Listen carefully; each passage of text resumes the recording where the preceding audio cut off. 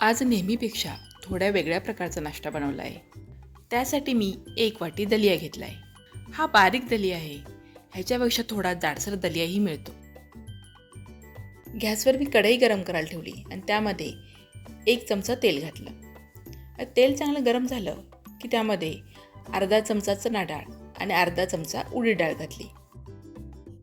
मंद गॅसवर थोडासा रंग बदलेपर्यंत दोन्ही डाळी परतून घेतल्या. डाळींचा थोडासा रंग बदलला की त्यामध्ये छोटा 1 चमचा मोहरी घातली. मोहरी छान तडतडली की त्यामध्ये कढीपत्त्याची 7-8 पानं आणि पाव चमचा हिंग घातला. कढीपत्ता घातल्यानंतर पुन्हा थोडा वेळ परतून घेतलं. आता या फोडणीमध्ये दलिया घातला. मंद गॅसवरच दलिया चांगला भाजून घ्यायचा आहे. म्हणजे आपल्याला 2 ते 3 मिनटं लागतील ह्या दलिया भाजण्यासाठी. दलिया हा गव्हापासूनच बनवलेला असतो आणि ह्यामध्ये 2 प्रकार असतात. आता जो मी वापरला आहे तो बारीक दलिया आहे. यापेक्षा जाड दलियाही मिळतो. जर जाड दलिया असेल तर तो थोडा मिक्सरमधून बारीक करून घ्यावा लागेल. दलियामध्ये फायबरचं प्रमाण खूप जास्त असतं. त्यामुळे पचन सुधारतं आणि पोट साफ होण्यास मदत होते. वजन कमी करायचं असेल तर दलियाचं आहारात असणं खूप उपयुक्त मानलं जातं. दलिया अगदी थोडासा रंग बदलेपर्यंत भाजायचा आहे.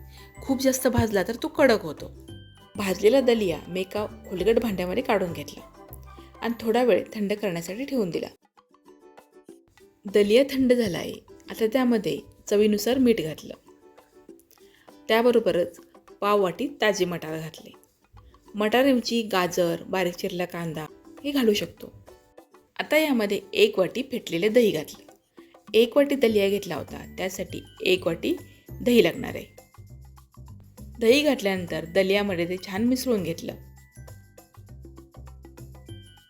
आता हे मिश्रण एकदम घट्ट झालं आहे.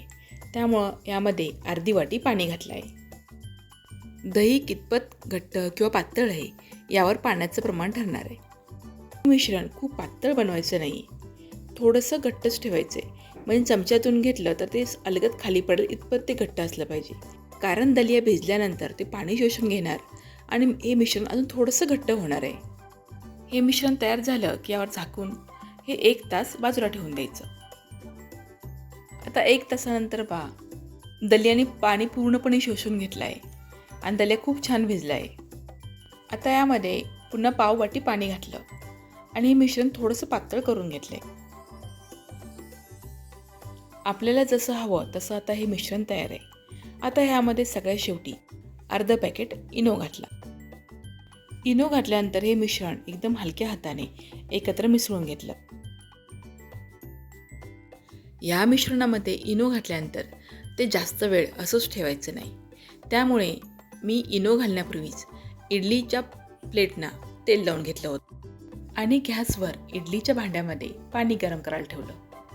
आता हे मिश्रण इडलीच्या प्लेटमध्ये घालून घेऊ. इडलीच्या प्लेटमध्ये हे मिश्रण घातल्यानंतर इडलीच्या प्लेट्स थोड्याशा टॅप करून घेतल्या.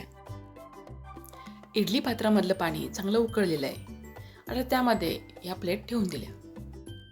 10 ते 12 मिनिटांसाठी ह्या इडली आपल्याला वाफवून घ्यायच्या आहेत. आता इडली तयार झाल्या आहेत. पण इडली पात्रातून प्लेट काढल्यानंतर त्या प्लेट थोड्याशा थंड होऊ दिल्या आणि मग त्यामधून इडली काढून घेतल्या. इडलीच्या प्लेटपासून इडली अगदी सहज वेगळ्या होत आहेत आणि सगळ्यात महत्त्वाचं म्हणजे प्लेटला पीठ चिकटून राहत नाही. 1 कप दलियामध्ये 13 इडली तयार झाल्या आहेत. अशी ही पौष्टिक आणि लुसलुशीत इडली एकदा नक्की करून पहा. व्हिडिओला लाईक आणि शेअर करा.